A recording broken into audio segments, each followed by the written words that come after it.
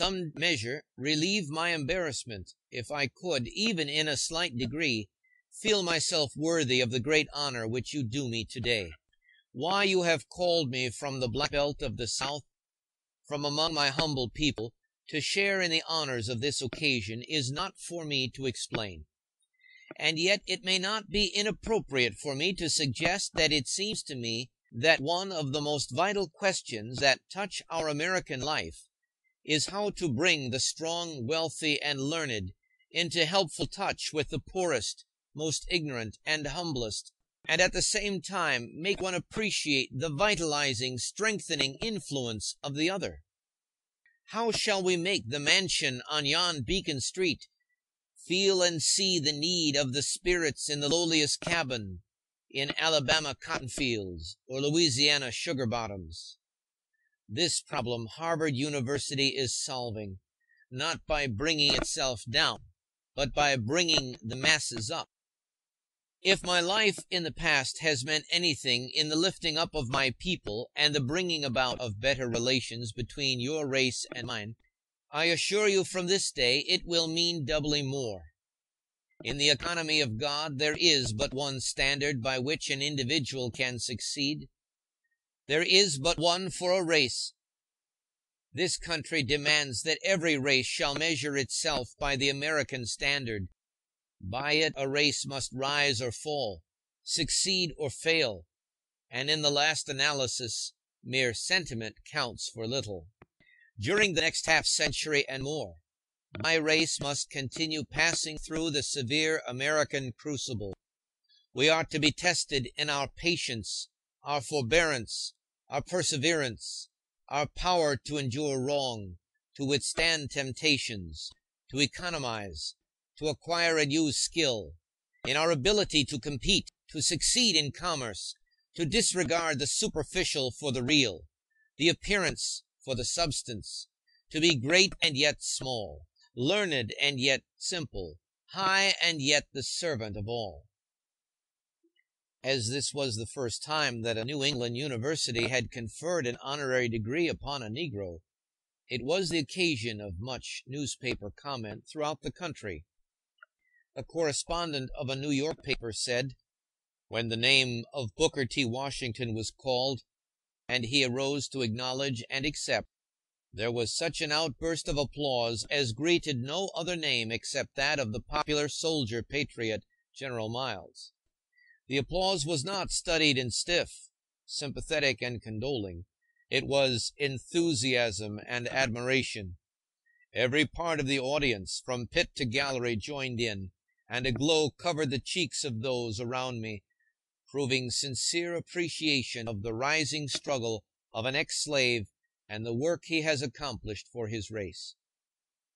A Boston paper said, editorially, in conferring the honorary degree of Master of Arts upon the principal of Tuskegee Institute, Harvard University has honored itself as well as the object of this distinction. The work which Professor Booker T. Washington has accomplished for the education, good citizenship, and popular enlightenment in his chosen field of labor in the South entitles him to rank with our national benefactors. The university which can claim him on its list of sons, whether in regular course or honoris causa, may be proud. It has been mentioned that Mr. Washington is the first of his race to receive an honorary degree from a New England university. This in itself is a distinction, but the degree was not conferred because Mr. Washington is a colored man, or because he was born in slavery, but because he has shown by his work for the elevation of the people of the black belt of the South a genius and a broad humanity which count for greatness in any man, whether his skin be white or black. Another Boston paper said, it is Harvard which, first among New England colleges, confers an honorary degree upon a black man. No one who has followed the history of Tuskegee and its work can fail to admire the courage, persistence, and splendid common sense of Booker T. Washington. Well may Harvard honor the ex-slave, the value of whose services alike to his race and country only the future can estimate. The correspondent of the New York Times wrote, "All the speeches were enthusiastically received, but the colored man carried off the oratorical honors, and the applause which broke out when he had finished was vociferous and long continued." Soon after I began work at Tuskegee, I formed a resolution, in the secret of my heart, that I would try to build up a school that would be of so much service to the country that the President of the United States would one day come to see it. This was, I confess, rather a bold resolution, and for a number of years I kept it hidden in my own thoughts, not daring to share it with anyone. In November 1897, I made the first move in this direction, and that was in securing a visit from a member of President McKinley's cabinet, the Honorable James Wilson, Secretary of Agriculture. He came to deliver an address at the formal opening of the Slater Armstrong Agricultural Building, our first large building to be used for the purpose of giving training to our students in agriculture and kindred branches. In the fall of 1898, I heard that President McKinley was likely to visit Atlanta, Georgia, for the purpose of taking part in the Peace Jubilee exercises to be held there to commemorate the successful close of the Spanish-American War. At this time I had been hard at work, together with our teachers, for 18 years, trying to build up a school that we thought would be of service to the nation, and I determined to make a direct effort to secure a visit from the President and his cabinet. I went to Washington, and I was not long in the city before I found my way to the White House. When I got there, I found the waiting rooms full of people, and my heart began to sink, for I feared there would not be much chance of my seeing the President that day, if at all.